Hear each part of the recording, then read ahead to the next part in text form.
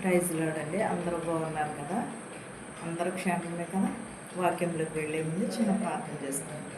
స్తోత్రం స్తోత్రం సర్వోన్నతుడ సర్వశక్తిమంతుడ కృపామయడానికి లెక్కలేని స్తోత్రాలు నైనా ప్రభు. మమ్మల్ని గడిచిన కాలం అంతే కాచి కాపాడి సజీవ రెక్కలలో ఉంచినందుకు నీకు స్తోత్రాలు వందనాలు చెల్లించుకుంటున్నాము నాయన ప్రభు. నేను నీ సన్నిధిలో నిలవబెట్టినందుకు నీకు లెక్కలేని స్తోత్రాలు నాయన ప్రభు. ప్రతి ఒక్కరికి రక్షణ భాగ్యం దయచే ప్రభు.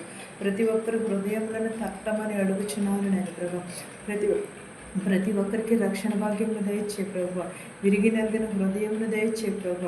వినిచిన వారికి చూచుచున్న వారికి ప్రతి ఒక్కరికి మారు మనసు దయచేయమని అడుగుచున్నాను ప్రభు. ఆయన ప్రభు మారు మనసు పొంది ప్రభు నీవు నిజమైన రక్షకుడు అని ఎరుగుటకు సహాయం చేయమని అడుగుచున్నాను నాయన ప్రభు.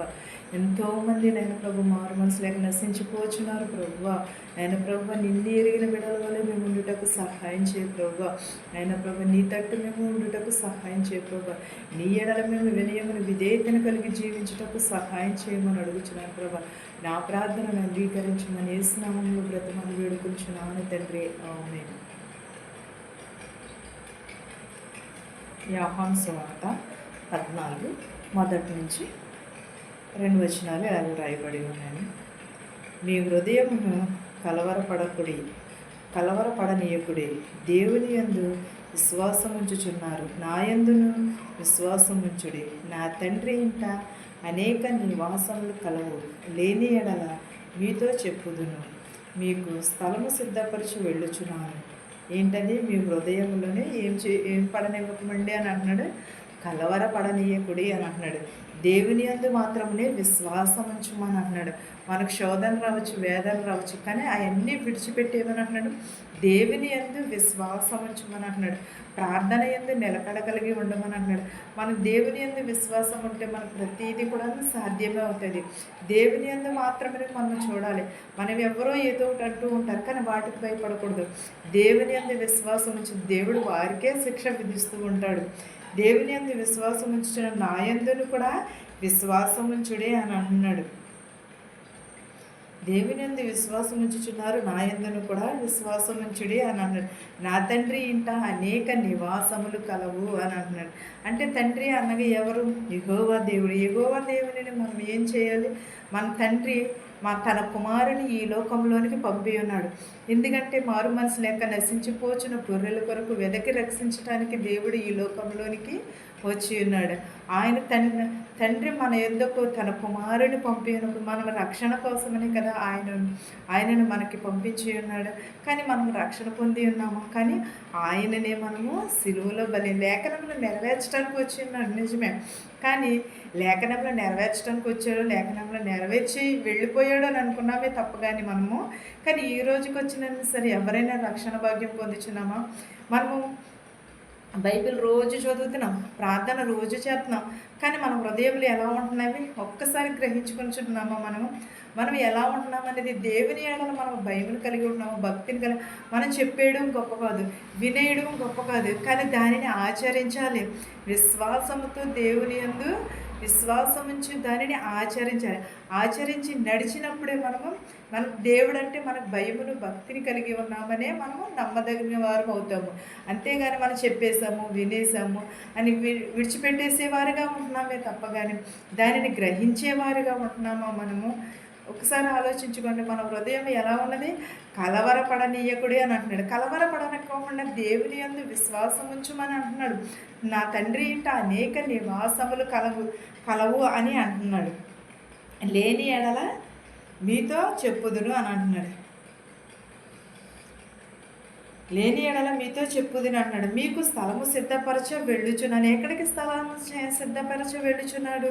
పరలోకంలో మనకు స్థలము సిద్ధపరచ వెళ్ళుచున్నాడు. పరలోకంలో దేవుడు సిద్ధపరిచేయడానికి వెళ్ళిపోయినాడు కదా అని మనము దేవుని నందు భయమును భక్తిని విడిచిపెట్టేస్తున్నామా?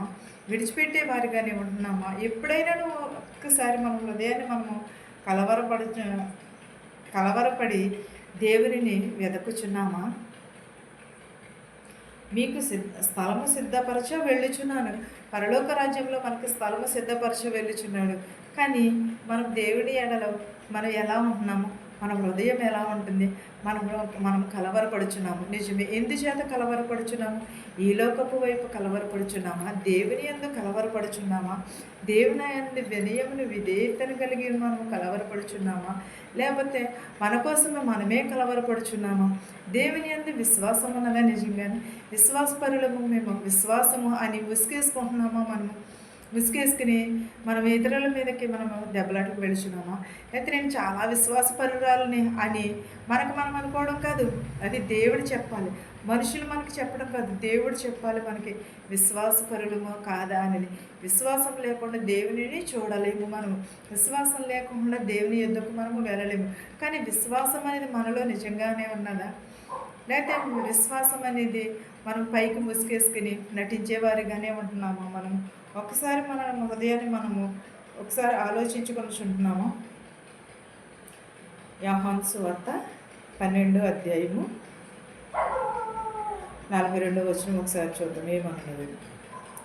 అయినను అధికారులలో కూడా అనేకులు ఆయన యందు విశ్వాసముంచిరి గాని సమాజంలో నుండి వెలివేయబడినందునేమో అని పరిశ్రయులకు భయపడి వారు ఒప్పుకోలేదు. ఎలాగూ అనేకులు సమాజంలో ఆయన యందు విశ్వాసం ఉంచిరి కానీ పరిశ్రయులకు అధికారులకు భయపడి వారు ఏం చేసి ఉన్నారు?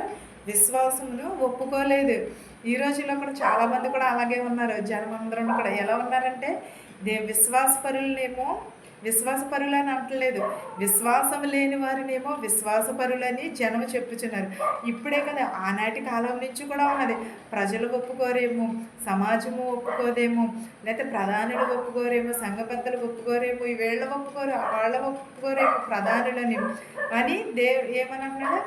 విశ్వాసపరులమని ఒప్పుకోలేదు, విశ్వాసము ఉన్నవారిని విశ్వసించలేదే అని చెప్పుచున్నాడు. అలాగే 44వ వచనం కూడా ఒకసారి చూద్దాం. అంతటా యేసు బిక్కరగా ఇట్లనెను, నాయందు విశ్వాసముంచువాడు నాయందు కాదు, నన్ను పంపిన వాని యందే విశ్వాసముంచుచున్నాడు. ఎవరి యందు? అంతటా బిక్కరగా కేకవేసి యేసు, నాయందు విశ్వాసముంచిన వాడు నాయందే కాదు, నన్ను పంపిన వాని యందు విశ్వాసముంచుచున్నాడు అని అన్నారు. మనుషుల యందు కాదు విశ్వాసము, దేవుని యందు, తండ్రి యందు విశ్వాసం ఉంచాలి. ఎవరు యేసుక్రీస్తు వారిని ఎవరు పంపి ఉన్నారు? తండ్రి పంపి ఉన్నాడు. తండ్రి యందు కూడా విశ్వాసం ఉంచమని అడుగుచున్నాడు. విశ్వాసం ఉంచి నన్ను పంపిన వాని యందు, నా యందు కాదు విశ్వాసం ఉంచువాడు, నా తండ్రి యందు. మన పెద్దల యందును, వీళ్ళ యందును, వాళ్ళ యందును భయపడి విశ్వాసం అనేది మనకు అప్పించుకోవడం కాదు, దేవుని యందు విశ్వాసం ఉంచమని అంటున్నాడు. తండ్రి పంపిన వాని యందు విశ్వాసం ఉంచమని అంటున్నాడు. ఆయన యందు విశ్వాసం ఉంచితే కూడా యేసుక్రీస్తు యందు కూడా విశ్వాసం ఉంచినట్టే అని అంటున్నాడు. కానీ మనం ఎవరి యందు విశ్వాసం ఉంచాలి? మనుషుల యందునా, లేకపోతే పెద్దల యందున? ఎవరి యందు? దేవుని యందు విశ్వాసం ఉంచాలి. మనుషులు ఏంటి, మన ఎదురుకుండా ఒక మాట మాట్లాడతారు, వెనకాల ఇంకొక మాట మాట్లాడతారు. అలాంటి వారి కోసం కాకుండా దేవుని యందు విశ్వాసం ఉంచి ప్రతి వాడిని కూడా రక్షింపబడును అంటున్నాడు, రక్షణ పొందునని అంటున్నాడు. ఈ వాక్యము మనందరికీ తోడయుండును గాక. ఆమేన్. ప్రార్థించుకుందాం. స్తోత్రం స్తోత్రం సర్వోన్నతుడ సర్వశక్తిమంతుడ కృపామయుడ, నీకు లెక్కలేని స్తోత్రాలు నాయన. విరిగి నలిగిన హృదయం దయచే ప్రభు, మారు మనసు దయచే ప్రభు, రక్షణ భాగ్యం దయచే ప్రభు. ప్రతి ఒక్కరికి నాయన ప్రభు, నేను నీ హృదయం దయచే, నీ రక్షణ భాగ్యం దయచేయమని అడుగుచున్నాను ప్రభు. మా శత్రువులు మిత్రువులు దీవించిన ఆయన, ధనికులనేమి పేదలనేమి దీవించిన ఆయన ప్రభు.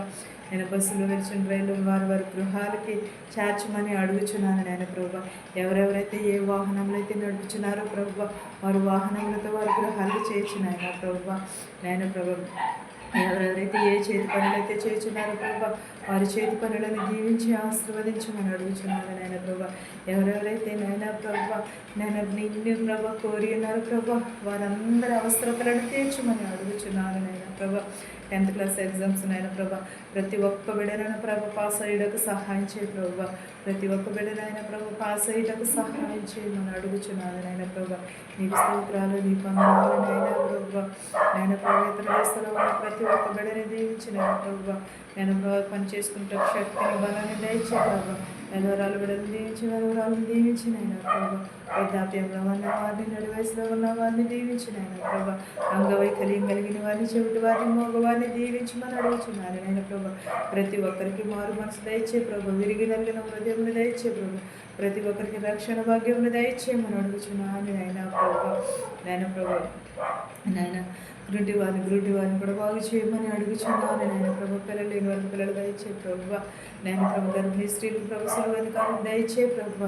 చిన్న బిడ్డను దీవించిన ఆయన ప్రభు, బాలికలని బాలింతలను దీవించిన ఆయన ప్రభు, యవనస్తులని యవనరాలను కూడా దీవించిన ఆయన ప్రభు. మీటింగ్స్ జరుగుతున్న ప్రభు, మీటింగ్స్ ప్రతి ఒక్క చోటను ప్రభు సఫలతను దయచేయమని అడుగుచున్నాను నేను ప్రభు. ఏ చోట్లయితే ప్రభు మీటింగ్స్ జరుగుతున్నారో మరి అన్ని చోట్ల ప్రభు సఫలతను దయచేయమని అడుగుచున్నాను నేను ప్రభు.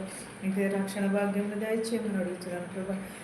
వీరికి నలుగున హృదయమును దయచేయమని అడుగుచున్నాను తండ్రి. నా ప్రార్థనను నీ పాసని చేర్చుకుని యేసునామంలో బ్రతిమాలు వేడుకుంటున్నాను తండ్రి. ఆమె పరలోకమందున మా తండ్రి, నీ నామం పరిశుద్ధపరచబడును గాక, నీ రాజ్యం వచ్చును గాక, నీ చిత్తము పరలోకమందు భూమి నెరవేరినట్లును మరిదిన ఆహారం నేడు మాకు దయచేయము. మరణస్తులను మేము క్షమించిన ప్రకారం మరణములను క్షమించము. దుష్టుల నుండి శోధన నుండి తప్పించు. రాజ్యములు, శక్తియు, మహిమయు నిరంతరము నీవై ఉన్నావు మా తండ్రి. ఆమె చూచుచున్న వారికి, నిగినిచిన వారికి, ప్రతి ఒక్కరికి నీ రక్షణ భాగ్యము దయచేయమని అడుగుచున్నాను తండ్రి. ఆమె అందరికీ వందనాలు.